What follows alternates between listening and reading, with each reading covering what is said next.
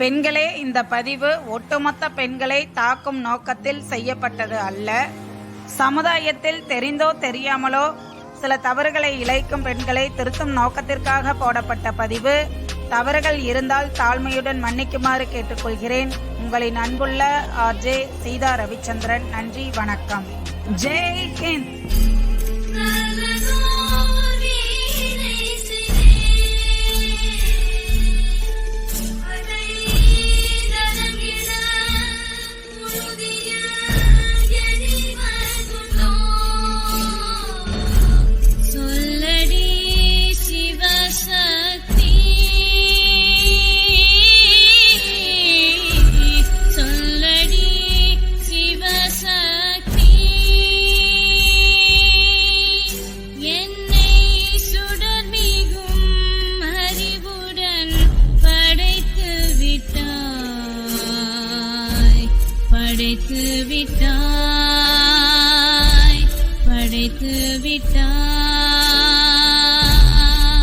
வணக்கம் மக்களே, நான் தான் உங்க ஆர்ஜே சீதா ரவிச்சந்திரன் பேசுறேன்.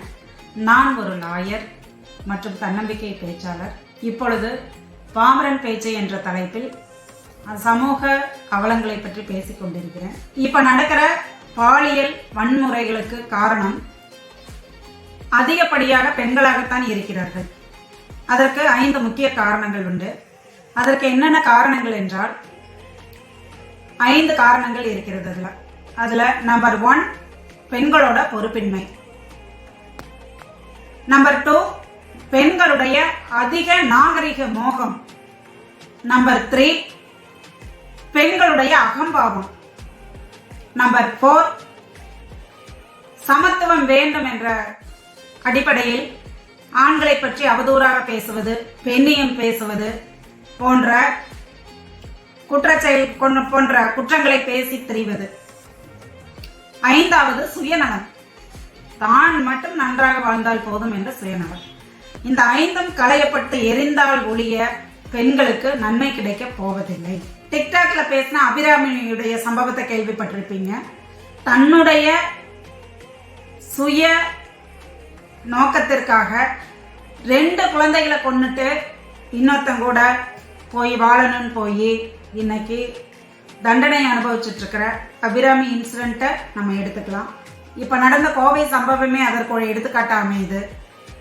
அதாவது எங்க வேணாலும் நான் இன்னொரு பெண் என்னால் சாதிக்க முடியும்னு அப்படியே தைரியமாக போகிறது. ஒரு கண்ணும் கருத்துமா நம்ம ஒரு பெண் இனத்தில் பிறந்திருக்கோம், நம்ம இந்த டயத்துக்கு போகணும் வரணுங்கிற ஒரு நோக்கம் இல்லாமல் செயல்படுறது தான் பொறுப்பின்மை. இப்போ சமீபத்தில் நடந்த ஒரு இன்சிடெண்ட், ஒரு பொண்ணு ஒரு 3 குழந்தைகளை விட்டுட்டு வேறொரு ஆண் கூட போயிடுறாங்க.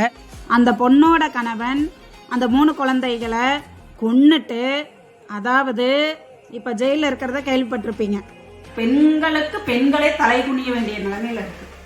ஒவ்வொரு பெண்களும் பண்ற விஷயங்கள், அதாவது சாஃப்ட்வேர் கம்பெனியில வேற வேலை பார்க்குற பிள்ளைங்க நைட்டு பகலும் இல்லாமல் அதுக்கு பாட்டுக்குள்ள போறதும் வர்றதும் ஒரு கட்டுப்பாட்டுக்குள்ள வாழ்க்கையை அமைச்சுக்குங்க. பெண்ணா இருந்து பெண்களுக்கு நான் சொல்ற அறிவுரை, முதல்ல தாங்கிற அகந்தையை விட்டுருங்க.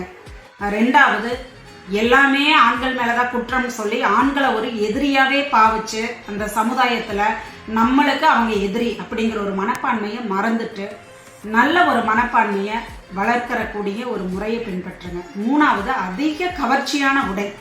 உங்களுக்கு எப்படி நம்ம வாழணுங்கிறதோ அந்த உடை எப்படி அணியணுமோ ஒழுக்கமாக அணியணுமோ அது மாதிரி அணிஞ்சிட்டு வெளியில் போங்க. அரைகுறை உடையோட நம்ம போகிறதுங்கிறது அது சமூகத்துக்கு ஏற்ற ஒரு பண்பு கிடையாது.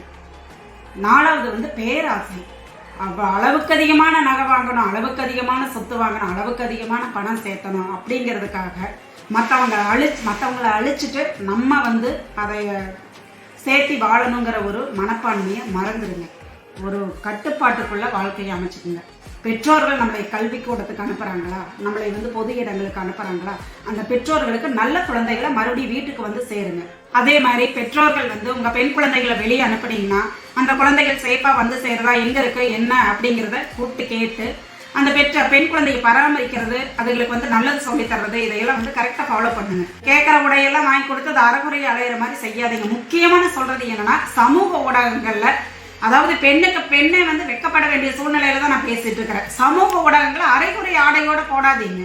போட்டோப்புமே வீடியோவும் போட்டு அனுப்பாதீங்க. அதனால உங்களுக்கு என்ன வந்துடுது, உங்களுடைய மான மரியாதை தான் போகுது. நல்லது கெட்டது எது சொன்னாலும் சரி நல்ல உடையோட வந்து சொல்லுங்க.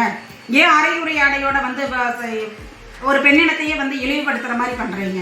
வீட்டில் இருக்கிறவங்க சொல்றதை கேட்கறது இல்லை, கூட படிச்ச நண்பர்கள் சொல்றதை கேட்கறது இல்லை, கற்றுத்தர ஆசிரியர்கள் சொல்றதை கேட்கறது இல்லை. சரி, சமூகத்தில் யாராவது நல்லது சொல்றாங்களோ அதையும் கேட்கறது இல்லை. ஆண்கள் சொன்னா நீ ஆண் பெரிய இது காமிக்கிறீங்க, நான் பெண்ணு, நான் அப்படித்தான் இருப்பேன் அப்படிங்கிற மாதிரி ஒரு அகம்பாவத்தோட பேசுறது, சுற்றி தெரியறது, தான்கிற ஒரு அகந்தையோட செயல்படுறது, நான் படிச்சுட்டேன், நான் அப்படித்தான் இருப்பேன்னு சொல்லி பெற்ற தாய் தப்பனையே எதிர்த்து செயல்படுறது சமூகத்தில் நிலவிட்டு இருக்குது. அந்த நிலைமை மாற வேண்டும். அடுத்து நாகரிக மோகம்.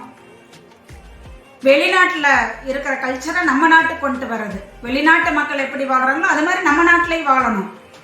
அந்த மாதிரி நாகரிக மோகம், கவர்ச்சியா உடை அணியறது, அன்டைத்துக்கு எங்க வேணாலும் போறது வர்றது, அதாவது செல்போன்ல அதிகப்படியா பேசுறது, ஆண்கள் கிட்ட பேசுறது. நீ வந்து கரெக்டா உன்னுடைய பாதையில போயிட்டு இருந்தா திருந்தாதவங்கள் கூட திருந்திடுவாங்க. ஒருத்தர் குற்றம் செய்யலாம்னு நினைச்சான்னா கூட நம்ம நடக்கிற விதத்தை பார்த்து ஐயோ பாவம் அவங்க நல்லவங்க அப்படின்னு நினைச்சிட்டு அந்த குற்றத்திலிருந்து விடுபட்டு வெளியே வந்துடுவாங்க. அப்படித்தான் உங்களுடைய நடவடிக்கை இருக்கணும். 10 மாச குழந்தைய பெற்று இந்த இயற்கையே வந்து ஒரு கருவறையை நமக்கு கொடுத்துருக்குது. நம்ம குழந்தைய கருத்தரிக்கக்கூடிய ஒரு முறையை இறைவன் நமக்கு தான் கொடுத்துருக்காரு, நான் இல்லைன்னு சொல்லவே இல்லை. ஆனால் அதை ஒழுக்கமான முறையில், ஒரு பண்பாடான முறையில் பெண்களாகிய நாம பயன்படுத்திக்கணும். ஒரு செல்போனில் பேசி ஒரு பையனை வந்து ஒரு 10 வருஷம் ஏமாற்றி அந்த பையன்கிட்ட இருந்து அவனை கல்யாணம் பண்ணுறேன்னு சொல்லி ஏமாற்றி கடைசியில் பார்த்தா இந்த பொண்ணு கல்யாணம் பண்ணுற சூழ்நிலையிலேயே இல்லை. அப்புறம் அவன் கேஸ் போட்டு இந்த பொண்ணுக்கிட்ட பிரச்சனை பண்ணி அதுக்கப்புறமா அந்த பிரச்சனை சால்வ் ஆச்சா என்னன்னு தெரியல. நான் கேள்விப்பட்ட ஒரு விஷயம். இது மாதிரி நிறைய விஷயங்கள் நம்ம கேள்விப்படுறோம். நல்ல ஒரு பெரிய விஐபிகளாக பார்த்து ஃபோன் நம்பர் பிடிச்சி அவங்கக்கிட்ட பேசி அவங்கக்கிட்ட நல்ல மாதிரியாக அவங்கள கல்யாணம் பண்ணிக்கிறேன் அந்த மாதிரி ஒரு எதிர்பார்ப்புகளை உண்டு பண்ணி அவங்கக்கிட்ட இருந்து காசு பணத்தை பறித்து அவங்கள வந்து ஒரு நடுத்தருவுக்கு நிறுத்திட்டு அப்புறம் அவங்கக்கிட்ட இருந்து விலகிறது. இது மாதிரி நிறைய சூழ்நிலைகள் நடந்துட்டுருக்கு. இந்த மாதிரி துரோகங்கள்னால தான் நிறைய கொடூரங்கள் இப்போ நடந்துட்டுருக்குது. வாழ்க்கைக்கு போதுமான அளவு நம்மக்கிட்ட இருந்தால் போதும். தேவைக்கு அதிகமாக நம்மளுக்கு என்னத்துக்கு சொல்லுங்க பார்க்கலாம். ஃபஸ்ட்டு வந்து நேர்மைங்கிறது, அமைதிங்கிறது, ஒழுக்கம்ங்கிறது பெண்ணினத்துக்கே உரித்தான ஒரு இயல்பு. அதை வந்து ஒவ்வொரு பெண்ணும் கடைபிடிச்சு வாழணும். புரியுதா? ஒரு தாய் தந்தை கஷ்டப்பட்டு ஒரு பெண் குழந்தைன்னு பார்த்து வளர்த்துறாங்க. ஆனால் அந்த பெண் குழந்தை எப்படி இருக்கணும்? ஒரு 10 வயசானாவே தாய் தப்பனை திருப்பி பேசுகிற அளவுக்கு வந்திருக்கு. சமுதாய சூழ்நிலை இப்போ வந்துட்டுருக்கு. அதனால தான் இவ்வளவு கொடூரங்கள் நடக்கிறதுக்கு பெண்ணே காரணமாகிடுறாங்க. நீ இன்னொருத்தனை விரும்புகிறேங்கிற ஒரு இதுக்காக அந்த குழந்தையே கொலை பண்ணிட்டு போகிற. அதுதான் இப்போ நான் கேட்குறேன். ஒரு உறவு கிடைக்குதுன்னா அந்த உறவு வந்து உன்னுடைய கூட இருக்கிற உறவுகளையும் ஏற்றுக்கிற உறவாக இருந்தால் நீ அந்த உறவை நீ விரும்பு, அந்த உறவு கூட வாழு. ஆனால் உன்னுடைய உறவை அழிச்சிட்டுமான்னு சொல்லி இன்னொரு உறவு சொல்லிச்சுன்னா அந்த உறவு உனக்கு என்ன தேவை இருக்குது? அந்த உறவு உனக்கு எதுக்கு தேவைன்னு நான் கேட்குறேன்.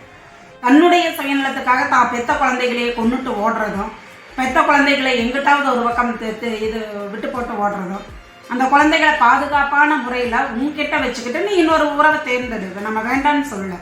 தயவு செஞ்சு பெண்களை இனியாவது தெரிந்துங்க. நான் ஒரு பெண்ணுக்கு பெண்ணாக இருந்து பேசுகிறேன். ஆண்கள் பெண்களை பற்றி பேசினா இப்போ அதாவது ஆண்கள் இப்படி பேசிட்டாங்கன்னு சொல்லுவீங்க. நான் ஒரு பெண்ணாக இருந்து பேசுகிறேன். பெண்ணுங்கிற ஒரு இனம் வந்து ரொம்ப ஒரு புனிதமான இனம். அதை அழிச்சிடாதீங்கன்னு தயவு செஞ்சு கையெடுத்து கும்பிட்டு கேட்டுக்கிட்டு நான் பேசுகிற உரையை முடிச்சுக்கிறேன். இதனால வந்து ஒரு 10 பெண்கள் தெரிந்தனாலும் எனக்கு அது ஒரு மனசு திருப்தின்னு சொல்லிட்டு என்னுடைய உரையை முடிக்கிறேன். உங்களின் அன்பு RJ சீதா ரவிச்சந்திரன். நன்றி, வணக்கம்.